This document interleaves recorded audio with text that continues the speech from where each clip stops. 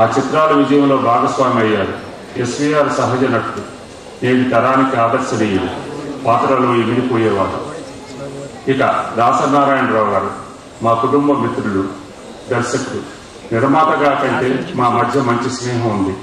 అయినా ఆయన ఎదుగుదలని ప్రత్యక్షంగా చూసిన వాడిని. ఒక వ్యక్తిలో ఇంతటి ప్రతిభ దాగి ఉండటం అరుదుగా జరుగుతుంది. సినిమాకు సంబంధించి అన్ని విభాగాల్లో దాసరిది అందవేసిన చెయ్యి. మా సునీల్ సంస్థ నిర్మించిన పలు చిత్రాలకు దర్శకత్వం వహించారు.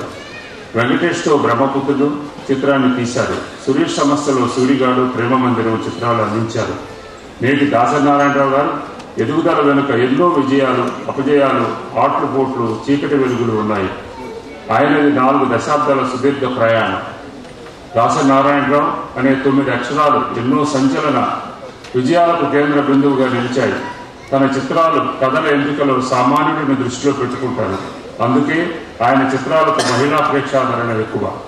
అత్యధిక చిత్రాలకు దర్శకత్వం వహించిన దర్శకుడిగా గిన్నీస్ బుక్ లో పేరు నమోదు చేసుకున్నారు. సినీ ప్రపంచంలోనే దాసరి ఒక అరుదైన వ్యక్తి.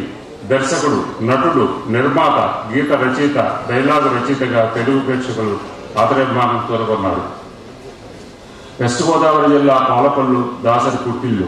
1947 మే 4న జన్మించారు. 15వ ఏటనే తొలి నాటకం రాసి ప్రదర్శించి సహభాష అనిపించుకున్నారు. ఆయన సినీ ప్రయాణం అనుకోకుండానే మొదలైంది. దర్శకుడిగా తాతా మనవడు తొలి చిత్రం, తాజా చిత్రము పరమవీర చక్ర, 150 చిత్రాల దర్శకుడిగా ఎందరికో మార్గదర్శి అయ్యారు. చిత్ర పరిశ్రమ యావత్తు గురువు గారు అంటూ అభిమానంగా తెలుసుకునే వ్యక్తి దాసరి. ఆయన చిత్రాలన్నీ మధ్యతరగతి జీవితాలను సృష్టించేవి. మానవ సంబంధాలు వాటిలో ఇమిడి ఉంటాయి. నేటి ఆధునిక సమాజం పోకడను ఆయన ఎప్పుడో తన చిత్రాల్లో చూపించారు. దాసరి అంటే వ్యక్తి కాదు, శక్తి. ఎందరో కళాకారులను వెండి తెరకు పరిచయం చేశారు. ఒకే రోజున 4-5 చిత్రాలు షూటింగ్ చేసేవారంటే ఆయన మనిషి కాదు, రోబో అనిపిస్తుంది. అవకాశాన్ని అందిపుచ్చుకున్నారు.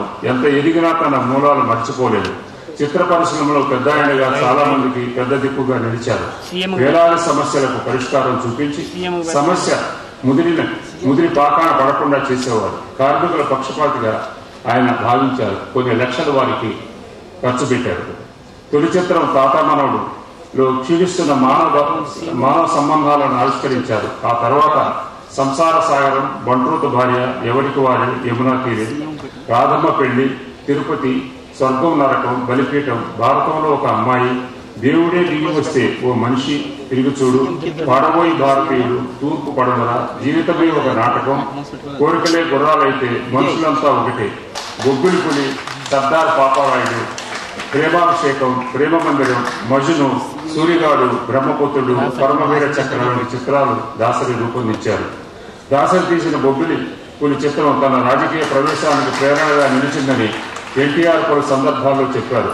సినీ రంగంలోనే కాకుండా జర్నలిస్టుగా ఉదయం పత్రికను నెలకొల్పారు. కాంగ్రెస్ పార్టీకి చేసిన సేవలకు గాను ఆయన రాజ్యసభ సభ్యునిగా సేవలు అందిస్తున్నారు. కేంద్ర మంత్రిగా కూడా పనిచేశారు. అందరికీ నమస్కారం.